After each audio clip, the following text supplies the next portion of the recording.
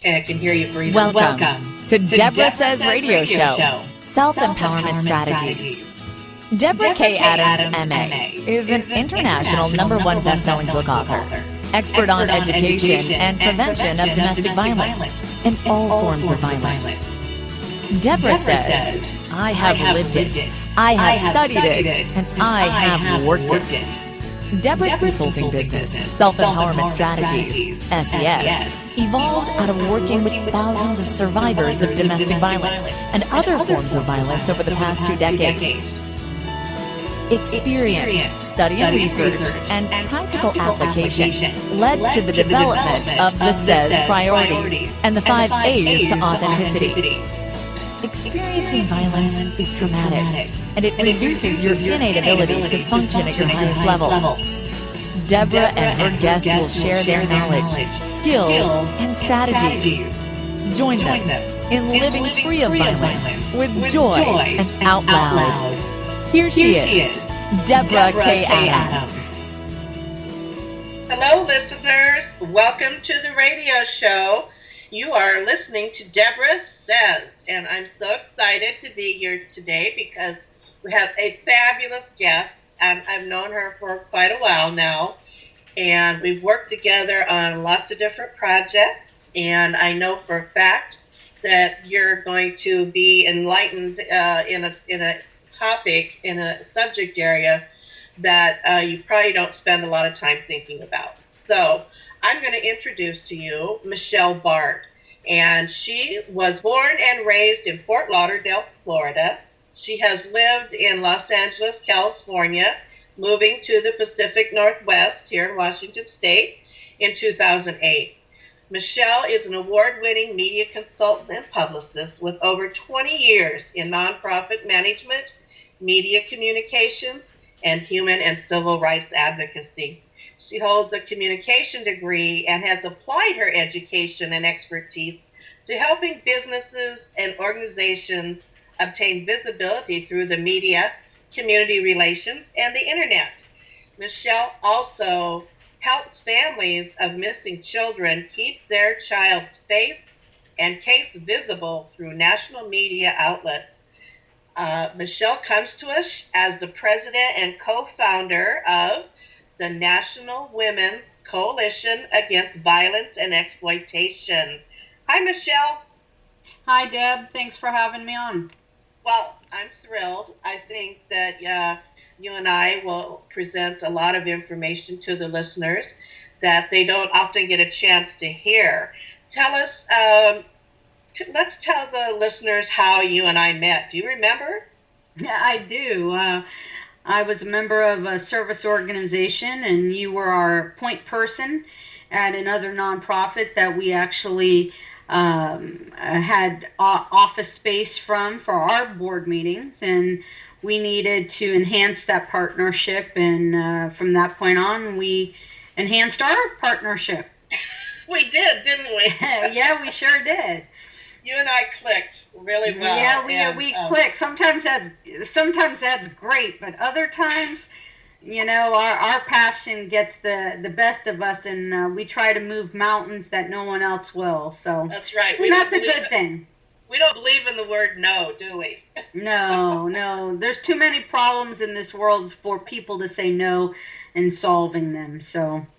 Right. So it's been a few years, and Michelle and I worked together with Seroptimus International, and then we both started being involved in human trafficking and sex trafficking. And you were instrumental in putting on an event here locally that I came to it and attended. And Michelle, being the publicist she is, she was running around taking pictures to send off to her media contacts, and she actually took a picture of me, you know, as I was visiting with one of the vendors. Do you remember that? Sure do. Because when we met again through the nonprofit that I worked for, you go, that's who you are. Yeah. You're on my computer. Good memory. So that was kind of cool, but since then we've kind of both been on a mission to really not only work to eliminate human trafficking, but all forms of violence and exploitation, right? Definitely. Tell us about, we call your organization NW Cave. It has a long name, but do you want to tell the listeners a little bit about NW Cave? Well, our program that we had started back in 2009 started as a forum that grew into a conference, the Northwest Conference Against Trafficking, also known as NWCAT. And it was so successful that between myself and you and Carolyn Pillsbury, we felt that we needed to move forward and continue the success of the program on a bigger scale, being a nonprofit. But when we were looking to name the new nonprofit, all three of us and those that we got advice from, we said, before human trafficking and exploitation ever happens, other forms of violence transpires. And we need to address that because there's so many things in the world that we could actually prevent human trafficking from happening if only we did this, if only. So we chose to look beyond just human trafficking, and we're all advocates for all forms of anti-violence activism, that we chose to broaden what we do and have a voice for all women and children and boys and men, anyone that becomes victimized by some form of violence in their life, whether it's rape, assault, domestic violence, bullying, gay, especially on gay youth. That's a big factor for us in our organization. And then there's that exploitation and human trafficking factor, and it all wrapped up into NW Cave. And the acronym is definitely easier to remember than our name. But when you see NW, Northwest, that's where our headquarters is based. But Cave, not only do human trafficking and exploited individuals are locked away, but when you're in a situation where domestic violence, you're being victimized by a husband, a spouse, a girlfriend, a boyfriend, a child, a grandparent, whomever is victimizing you in any way, whether it's bullying or what have you, you feel as if you're in a cave. You feel like you're alone. You feel like you can't get out. And we want to make sure that we continue to have a voice for all the voiceless and show them that they too can have a voice for themselves, and there is a way out. And there's plenty of resources and great programming and victim advocacy going on across this country by very, very awesome organizations that can help them get out of that cave. Yes. And what we say, so Michelle is the director of NW Cave, and Carolyn Pillsbury is our vice president, and our treasurer is, I just had a blank, Michelle, my God. Wanda Costi has been serving as our finance director, and in June she'll be installed as our treasurer. Yay, I'm so excited about that. Yeah, so are we. So is our too. And I have the title as co-founder and program chair because I'm all about curriculum development and talking to the people. Not just the chairperson. That position has grown because of all the ongoing. We've traveled to 12 states in the last year and a half. So you will, come June, be the national director of programming for NW Cave. So make sure that people know your real title. That sounds real official, dear. Well, you've earned it. Well, so have you. And it just really came out of a deep-seated desire to really make a change in the world. And we, through your work and through my work, we come in contact with people that have really experienced some horrific violence and trauma. And so we want to like you said, we don't replicate, we don't duplicate, we don't repeat what everybody else is doing. We are going to focus on the education and awareness raising through conferences and events and that sort of thing. And so I think that's going to be a big help, because right now there are so many different groups doing the work that they don't all know what each other is doing. And so by just bringing all those people together, we're going to build a much stronger response to violence and exploitation. Do you agree with that, Michelle? I completely agree with that. That's right. And so in January, we had the first official conference for NW CAVE, and we named it Southwest Conference Against Trafficking. SWCAT, Southwest Conferencing Against Trafficking, and we were in Pomona, California. Tell us a little bit about how that experience went for NWK. Well, for the conference that we've had under another organization the last 4 years up here in the Pacific Northwest, we held the conference every January on the weekend of Dr. King's birthday, because our slogan from day one in 2009 was "We have a dream, a world without modern day slavery." And we continued working towards eradicating and working towards educating the masses because of that factor. So the weekend would never change. But 2 years, the last 2 years of the conference in the Pacific Northwest in Portland, Oregon, we were being shadowed by a group of dedicated coalition partners from Southern California. And ultimately, two of our cases, which we're going to speak about in a few minutes with our Missing Persons Division at NW CAVE, took us to Southern California in the last year and a half. So it was only apropos that we moved the conference. We are a national organization, a 501c3 exempt organization, and we felt that it was needed that we move the conference every couple years to a different demographic.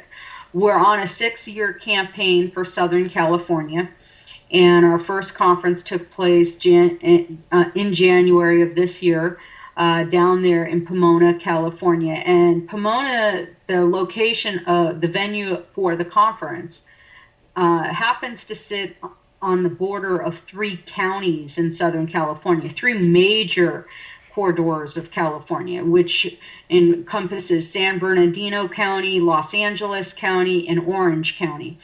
And that being said, we felt that that was a prime place to have the conference. Not to mention, the Pomona is a major city out there that needs help. They have just like Portland, Oregon, they have a major issue with gang-related activities and criminal activities. So that's where we hope our home will be the next 2 conferences. We've already set the date for the next one, January 15th through the 17th, 2016. And the first time around, it was very proactive. And in the end, even though our numbers were lower than in past years, we've already established lasting relationships and official partnerships with organizations that were just in awe from the conference. And that's a compliment to everybody involved in putting it together. So it's a good fit, and we'll keep going. And plus, that's my backyard. Before coming to Vancouver, Washington, I was from the Los Angeles area. So, so we hope that we can make at least a little effort out there helping the great organizations doing good work out there. Absolutely. And you mentioned the 3 major counties that were encompassed when we were in that location, but the Interstate 5, the freeway that goes from Mexico through the United States all the way to Canada, kind of goes right through there. And so when we're talking about human trafficking, we talk about a corridor, right? We talk about the I-5 corridor. So your major cities that are right along that freeway are definitely hubs and places where people can be exploited and and traumatized. So yes, and I mean, we know that. We see that here in, of course, we're right close to Portland, Oregon, and up north we have Seattle, which are other big cities that have the same issues and the same concerns. So I think it is important that we work together along this corridor to establish that stronger and more, complex response to trafficking. So, Michelle, we titled this show today, Have You Seen Me? And so take us into that.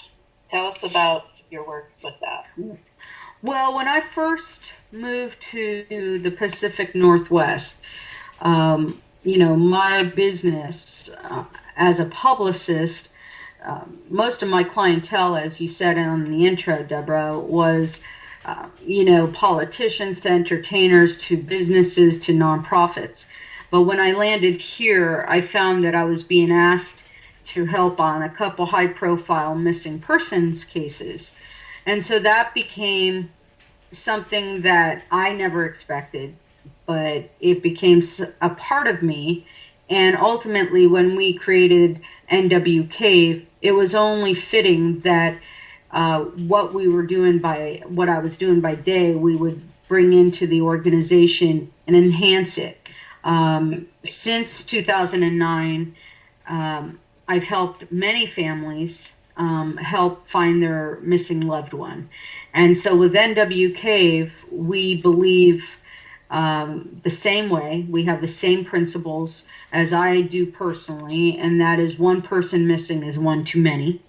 And so our missing persons division is headed by Dr. Shelley Schaefer, who has over 26 years in law enforcement. Ironically, from Colorado, she was a law enforcement agent for a long time, and two of our cases had led us there this past year. So our missing persons division, our plan now is to enhance that even greater to where we're at with our nonprofit. And many of the cases, our tactic, Deborah, is to bring the person's loved one home one way or another. Mm-hmm. We're not promising we're going to find your child. We're not going to promise that we're going to bring your child home alive. Obviously, that's 100% what we'd like to do. But reality is, the longer someone's missing, the probability of them coming home is not always that great. But then again, in the 21st century, we're seeing many cases where families and friends don't give up hope.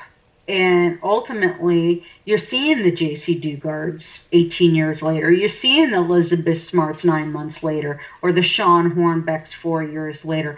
Or in Amanda Berry's case and the 3 girls from Ohio, you're looking at almost 20 years, 10 years later, and who was 20 years old is now 30 years old, and, and so on and so forth. So there's always that hope. So when you see cases going from, 9 months in Elizabeth Smart's case all the way to, almost 10, 11 years later in one case, and then another case almost 20 years with J.C. Dugard, it's how can you tell a parent, I don't think your child's coming home?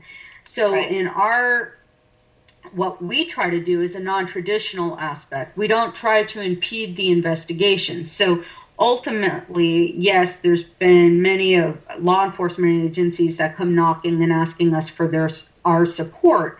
And that's how we would prefer our cases to come to us, is by police asking us, we need your help. This is because they're strapped for resources. They're strapped for having someone work 24/7 with the media in order to get the information disseminated out to the public without impeding the investigation. But that's not always how it happens.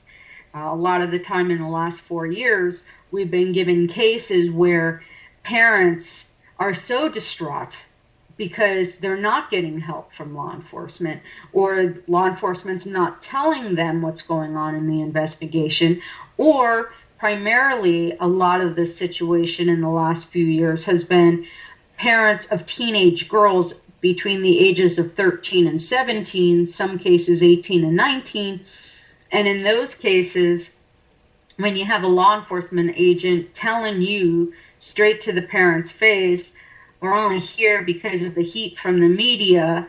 We don't know why your daughter's getting so much media attention, but she's just a runaway and we don't have the resources to look for her. That's quote unquote from a law enforcement agency in Multnomah County. So for the I can't imagine how a family would feel hearing that. How devastating. I can't either. And I probably would have a tough time. I would think that the parents are misquoting it or something, but I'm giving you quote unquote from the time the cop said that to the time he ended his sentence without a breath. And it was mind-boggling for me to stand there and hear that. This child was missing for 14 days. Her mother's a social worker. She had called me to step in. They weren't looking for her daughter. Now, this family, they had a whole computer. They had a cell phone records, a home telephone, because they had taken the cell phone away from the girl. So she was using the home phone. So they had this guy's phone number, and they paid the $49.95 to track down who the phone number belonged to. They found out who the guy was, had all of this, and for 14 days, cops didn't want it. And so when the cops walked into this house, and they came because of the heat from the media, because this gal, we had her on CNN and the Jane Velez Mitchell show.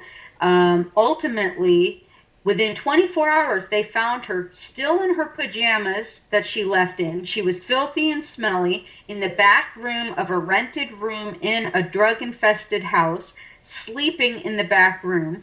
She had been trafficked to Tacoma, Washington, or I should say raped. They didn't classify it as traffic because ultimately in the end, the guy got off because he could prove to the police that the girl had posted she was 18 when she was only 14.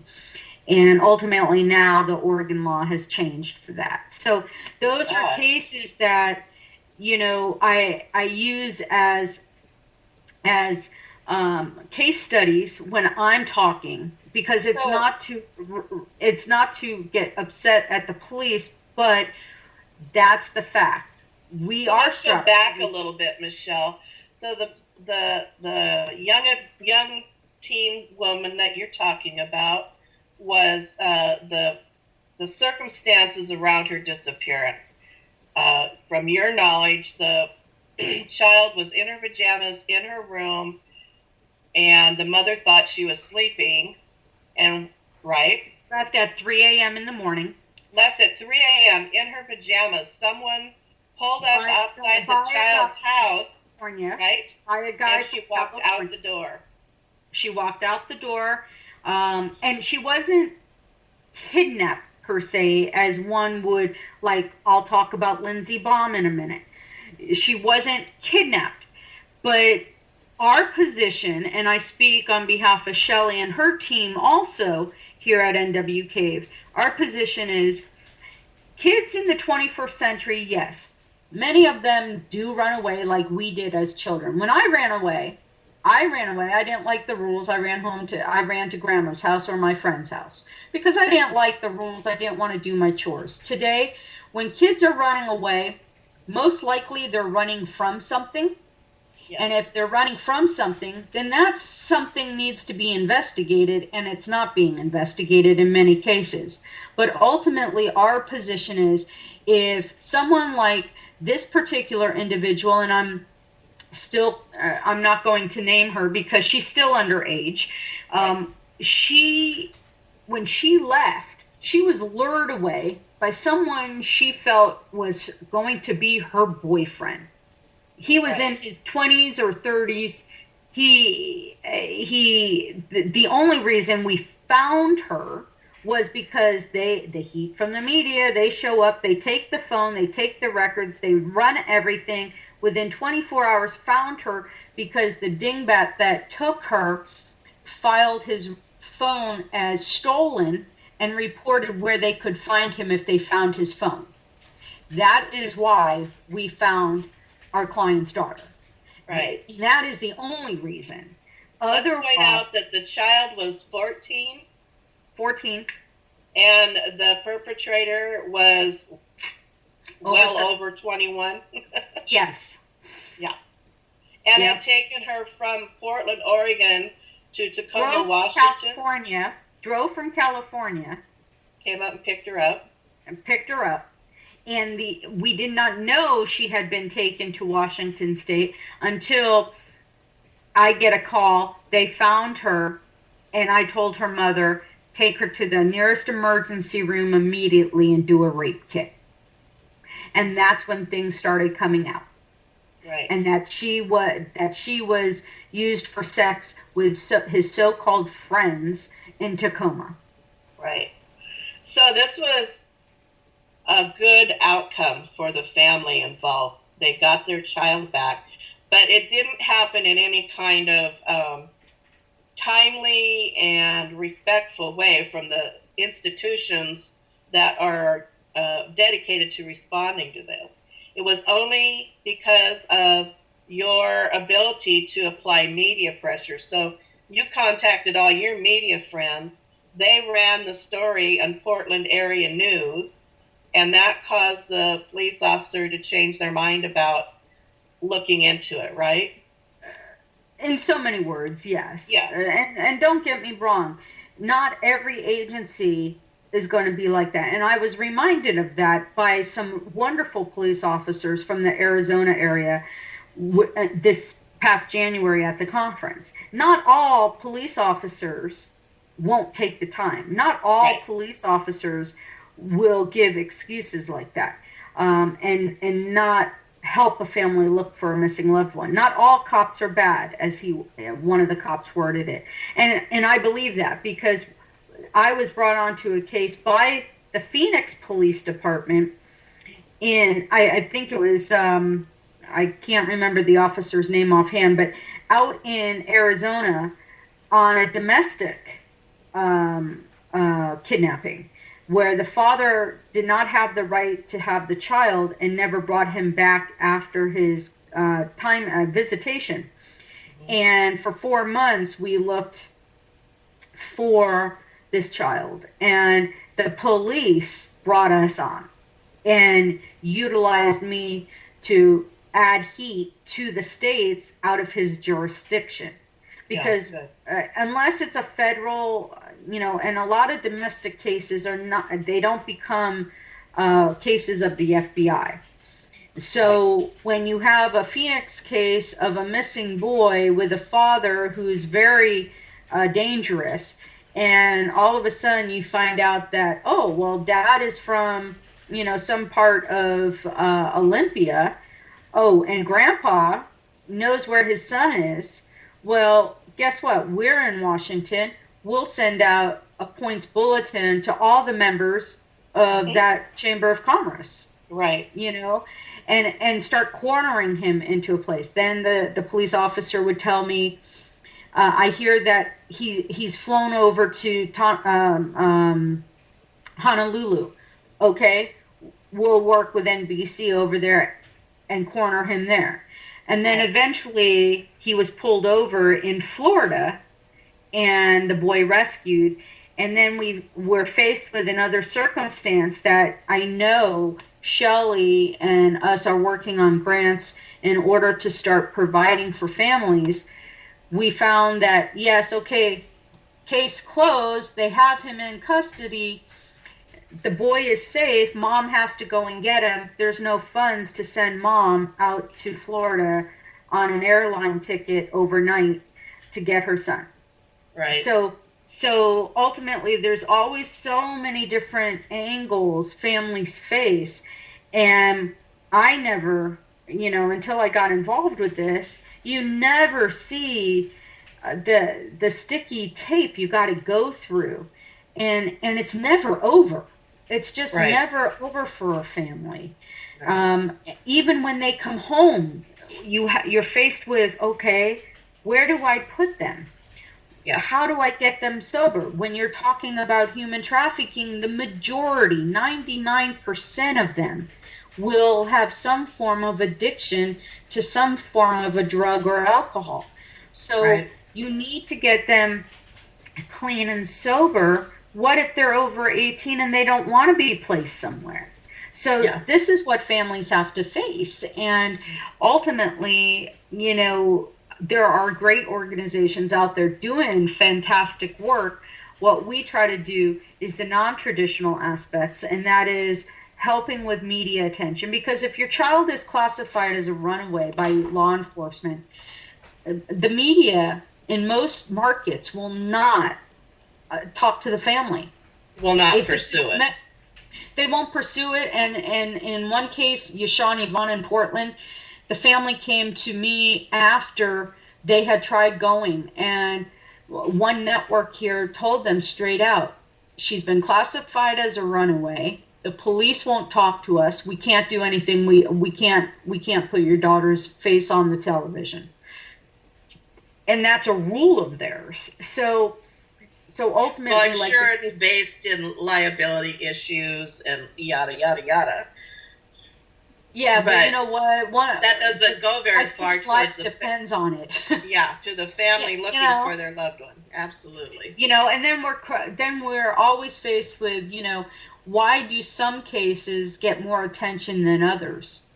And without naming names, there's plenty of cases throughout this country that seem to get a lot of play.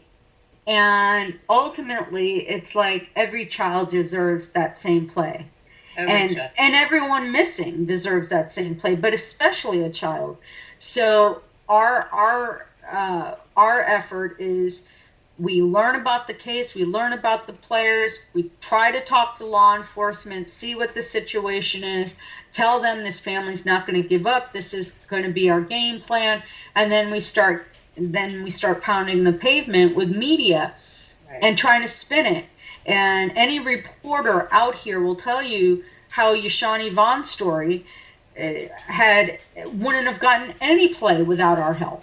So let's talk about the importance of media. Not only do you bring the family's story forward to get the public's attention, and you're trying to help them navigate that law enforcement system and the judicial system and all those things, but another part of the purpose is to get it out there so if anybody knows or has seen the child or the missing person, please call the family. Please call somebody. Don't just turn away. That's someone's loved one, and they're looking for that loved one. And the majority of the cases in this country are solved not by the law enforcement or investigators. It's usually solved by someone seeing that person's face on a flyer and calling in a tip. Right. Yes, indeed, the police then, go and investigate the tips. But the tip has to get there first. And how is that going to happen if no one knows a child is missing, such as in Cara Nichols' case? Right. And like with Cara Nichols' case, she had been missing a whole month before a reporter suggested to the family that they call us. And so when her parents called us, now Cara at the time of her disappearance was 19, so she was over age. So then law enforcement hands are tied, because it's like, okay, what if she doesn't want to come home if we find her? And and I get that. If you're over 18, so then that comes to the awareness, education, and prevention methods that we try to instill when we're talking to schools. Right. Think before you do something. Think before you post. Think before you run. Because ultimately, there may be no bad things happening to you on the other side, wherever you're ending up, but ultimately you're not going to be looked for either. So, right. So give us some more background on Kara's case. She's from the Denver, Colorado area. Right. Colorado Springs, went missing on young woman. Beautiful, beautiful. October 9th, 2012, she went missing. She left her home in Colorado Springs. She had roommates, and she was bound for Denver, and told her, roommates she'd be back. She was going off to work on a gig in a modeling gig in Denver. The last ping on her phone was 11:45 that night, and nothing again. And then her brother tried to go and file a missing persons report 3-4 days later. Things got delayed. Then once a file, her father got involved, and finally a missing persons case file was opened. Basically, in a nutshell, she leaves her home on October 9th, 2012, and no one has seen or heard from her since. Despite what law enforcement continues to tell the family, there's just, she just wants to stay hidden. And with Kara's case, when they came to us a month later, and the first thing we do is Google the name to see what's being said and done, there was nothing out there but one thing. And it was a flyer, a racy flyer, basically giving a Model Mayhem website that Kara was linked to. And it was like, and that's what police had disseminated at the end of October. Ultimately, it's like, let the media find that. Why would you give them anything like that? Because by giving them something like that, and then that taking on its own perception of an individual, right, then no one in the public's going to care to look for her. So then we suggested a press conference with the family and the police. That transpired. Then it started picking up speed and momentum. We turned down a couple things because ultimately the media, with everything going on, people started making up things in Vegas, and then the police were derailed and had to go that way to counteract what was happening out there. People starting websites saying it was Kara's page and all this. And ultimately the family became so distraught at that point, we even had to turn down Dr. Phil. And, when the public does that, it's like, who are these people? And that's what these families have to deal with day in and day out. Bogus phone calls, and the police do too. A lot of the tips the police get are bogus tips, and right, and it totally derails the whole investigation for someone missing. And in Kara's case, we have continued searching and providing accurate tips and things of that nature to law enforcement. We've had a couple detectives on that case. We've done a couple, not sting operations, but search efforts in the Denver area. We're planning another flyer distribution. Kara will turn 21 on May 20th of this year, and we're hoping to pick up a little bit momentum. We were honest with this particular case. Kara did suffer. She has some demons, of drugs and alcohol, and she did portray herself on modeling websites in hopes to become a model. She exploited herself, and I'm sure if Kara was here right now on this call, she'd tell you that was a mistake. But ultimately, that's still not a reason not to search for her. And so we continue. One of the messages we want people to hear you say is that we need to educate our young people about these kinds of organizations, right? That post and say, yeah, you want to be a model? Come and meet me and I'll turn you into a model. We need to have some education around that. Is that what you're thinking? I think there's numerous sources for people that want to be the next Tyra Banks. You know, there are numerous colleges, there's numerous well-known agencies that girls can go in with an online modeling, so-called modeling website that, you know, many of these sites look like glorified porn sites. It's not a way to become Tyra Banks, you know, and right. So if you want to be the next runway model, then we suggest that you do it the right way. And like all of us, you have to be careful with what you post, because unfortunately, everything that these girls' hopes and dreams of becoming and posting on sites, modeling websites, and things of that nature, they're being called by people that have hidden agendas. Right. And we found that out with Cara's case that led us to Kayla Croft Payne's case, which ultimately led us to the common denominator, which was a certain modeling website that many girls have either gone missing, have been raped, have been trafficked.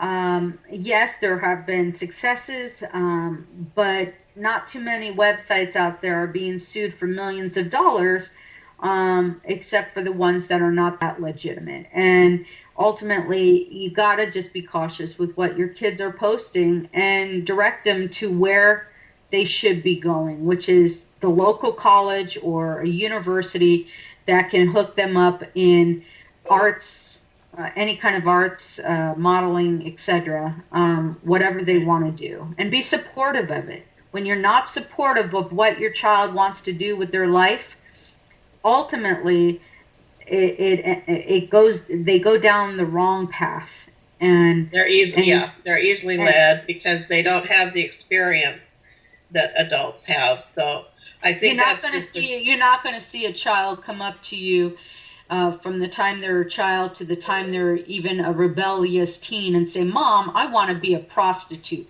Mom, no. I want to go smoke crack. Mom, I want to be a model for Playboy." You know, you're not going to see that. Now, those are legitimate things for some people, I'm sure, but you're not going to see a child that grows up to that. And ultimately, you know, but you need to talk to your child and not, you know, ignore what they're talking to you about. That's when ultimately other people, you know, tend to go down a different path. And I just have to say, I have 4 adult children, and I have to say, the minute they turned 18, they were not any better or well equipped to be successful than they were the day before. So even though when my children turned 18, I still wanted to be there to give them, you know, guidance and love and support and all those things. So, but, you know, to the world at large, the majority age, you hit 18, all of a sudden you get to make all your own decisions. But I know that as a parent, that if any of these things could have transpired with my kids, because guess what? We're all vulnerable, right, Michelle? Yep, we sure are. This is not, this doesn't happen to only a certain type of person. It crosses all demographics, race, education, religious beliefs and practices and backgrounds. Cara comes from a great home. I mean, she has 2 wonderful, educated, professional parents, 2 siblings in college and successful in their own right. And Cara's teacher, Dina Wood, has spoken numerous times on interviews saying what a prodigy she was. She was one of her best students and had so much going for her. You know, right. So, you know, ultimately, it's hard, you know, in the end. Yeah, we don't want our listeners to think that this only happens to someone else, someone who has, although there is a huge connection, as you mentioned earlier, Michelle, to previous types of violent experiences and trauma happening before they end up trafficked or exploited, but that's not always the case. We cannot bury our heads in the sand and pretend this is not going to happen to me, because we know it happens to everybody. And the average age of persons being trafficked, especially for sex trafficking, is between the ages of 12 and 14. Is that right? That is correct. That's right. So think about this, listeners.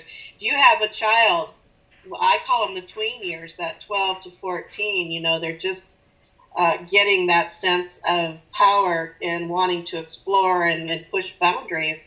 Think about it. If you have anybody in your family within that age category, we need to be particularly vigilant and watchful and reassuring them that, you're there for them and that they have someone to talk to, and teach them how to use the internet wisely and not just as, a lot of the times people are trafficked through connections made on the internet, right? Yeah.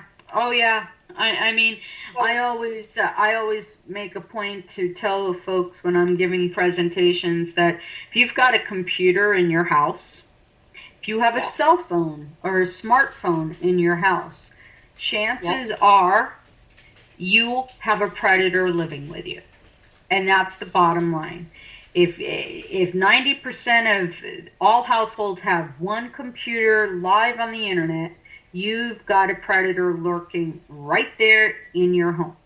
And so everything you do on that computer, you need to be cautious. And if a child uses that computer, you have all reason to watch whatever they're doing. And you don't need to be nosy, but put a lock on it. Put it in a place in a living room where they know they're being watched or something. But chances are you're not going to be able to be with them 24/7, so you need to carry on the conversation, which we do a lot with Take 25 with the National Center for Missing and Exploited Children. If we all just took 25 minutes a day to talk to our kids about something other than, that. Are you there, Michelle? I'm here. Hello? Hello? Connection between human trafficking and our youth and the internet. Both, she talked about Cara and another young woman from Colorado who had a common connection to a website for modeling. That wouldn't have been possible if we didn't have the internet. She also mentioned, I've known several people who are survivors of sex trafficking that said, I met my perpetrator through the internet. Michelle had worked with another family in Portland who had a 17 or 18-year-old daughter. Her mom was a professional. Her dad was a retired police force. And she met someone online, and she developed this relationship with him. And he presented himself as someone close to her own age, just a little bit older.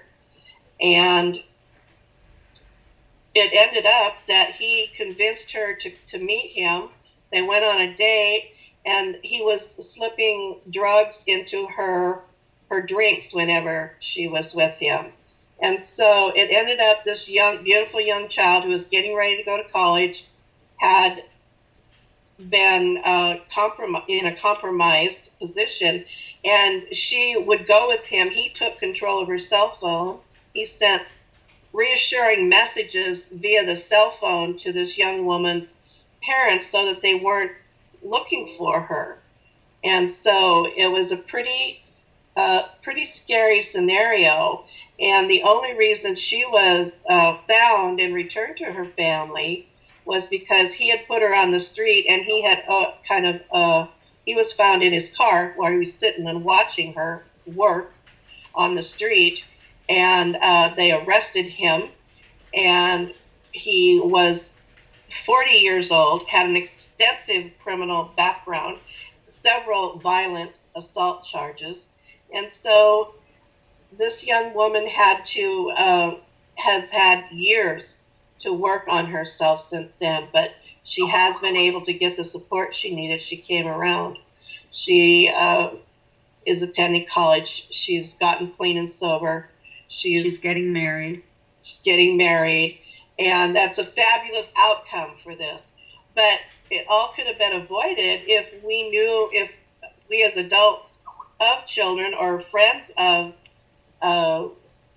that age category were to teach them how to use the internet better and how to not look for a relationship via the internet. And so these are really important keys. And NWK is very passionate about our work. We definitely think that working with families of people who are missing is an important piece. We are a nonprofit, and so we are constantly looking for resources, as Michelle mentioned, to be able to pay for a flight to go to get a child and bring them home, or whatever it takes.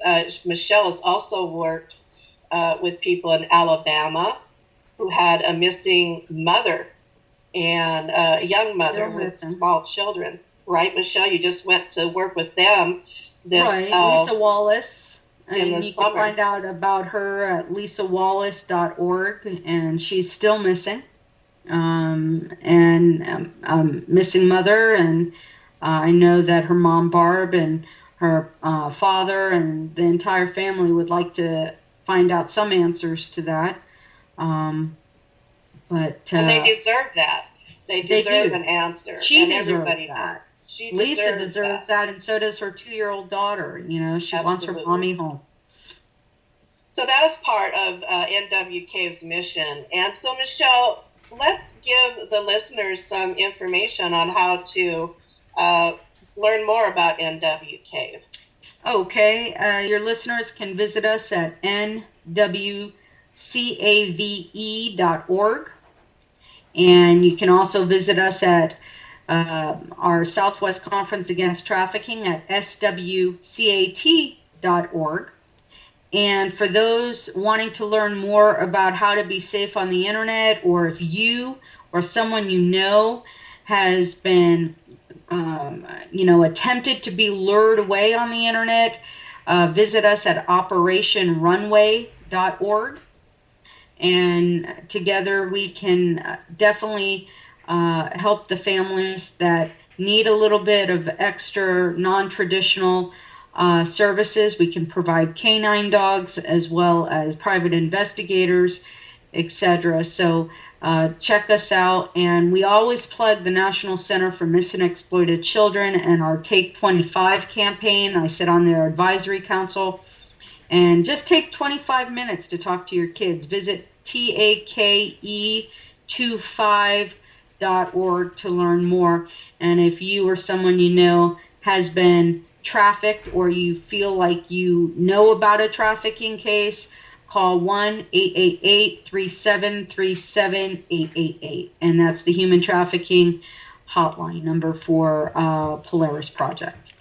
Right. We just want to remind the listeners that NWCAVE is a national organization. You have an advisory council that has expertise across the nation, and you get people involved where they need to be involved, and collaborate with. We have local. A great speakers bureau, which you serve on, Deb, and anyone needing a great international or national speaker on any anti-violence topics such as domestic violence, human trafficking, bullying, internet safety. You can give us a call, and one of our experts around the country, if available, would be happy to speak with your groups. Absolutely. And Michelle, you use social media a lot. Do you want to give people your handles on some of the social media? My handles? I don't know. I think I might have enough followers and friends. Never enough. But you never have enough. But visit us. We're on Twitter. We're out there on Facebook. Facebook is our primary site, nwcave.org. Facebook.com/nwcave. You can also visit us on Twitter. You can find me on Twitter at twitter.com, Helping Heroes PR. You can follow us there. but we're all over. Just Google us or good search us. Using good search or constant contact helps NWK. So visit both of those sites too. Absolutely. And I think that, Michelle, I just thank you so much for joining us tonight. Thank you and Kim for having me on. I sure do appreciate it with all this technology stuff. This is my first Skype call. Hey, we did it. We made it happen, sister. Woohoo! Thank you. Thanks to your producer there. Yeah. So our next, and what's next for NWK? What's next? We just had a board meeting today. We have a couple other meetings coming up. We have a missing children's event coming up in Tumwater, Washington, May 24th. We have another event in April in Olympia. We have another event on June 7th at the Hilton in Vancouver. And hopefully we'll have a big fundraising event in the end of summer, so look forward to that coming. And then, of course, we're working on our conference, and ongoing is our Missing Persons Division and our Media Council, which our new director, Natalie Brand, is going to be reaching out to many reporters and journalists out there to join our efforts. Yeah, one thing I love about NWK is that we partner with people who are doing good work out there. And so one of the events we just joined on was it's called Say No to Violence Against Women. And you can't see us, but today Michelle and I are both wearing orange. Mm-hmm. And what happens is this is kind of a virtual awareness raising type of activity. And so we it's a UN, United Nations program, and it is global. And you wear orange on the 25th of each month. And then when people ask you, hey, why are you wearing that orange? You can say, I'm taking a stand against violence against women. And it's a real fun and easy way to become an activist, to become engaged in the work of preventing and eliminating violence and exploitation of all kinds, which, Michelle, you pretty much eat, sleep, and drink and breathe that as your mission, as do I. We're pretty passionate about our work. We definitely look forward to, we'll have you back, Michelle, when you want to talk about anything or and you want to talk about anybody who is in that situation, who's in a missing person situation. We can help out that way. But thank you so much, Michelle. You know I love you. You're a great friend and a great advocate. And what's next for Deborah? I'm not sure beyond tomorrow right now, but I do have another book project coming up, and that will be available on March 17th. It's The Missing Piece in Business.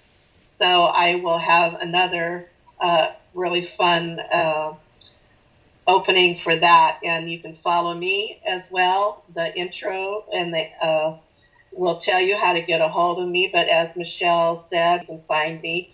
And we don't say Google it anymore. We say good search it. Because if you sign up with goodsearch.com, every time you search on goodsearch.com and you designate NWK as your beneficiary, then we get a donation. A penny for every search. That's right. But how many times do you search the internet a day? Come on. Oh, a dozen. More than that. Everybody does that too. So we think a penny goes a long way in these cases. So there's lots of ways you can support NWK. And I thank you, listeners, for joining us.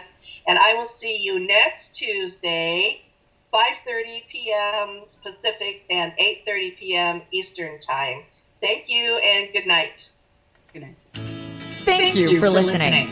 You can reach Deborah at Deborah K. Adams, MA, at gmail.com, or go to her websites, www.sissies.net, www.deborahkadamssays.com, www.deborahkadamsthemissingpiece.com. See you next Tuesday.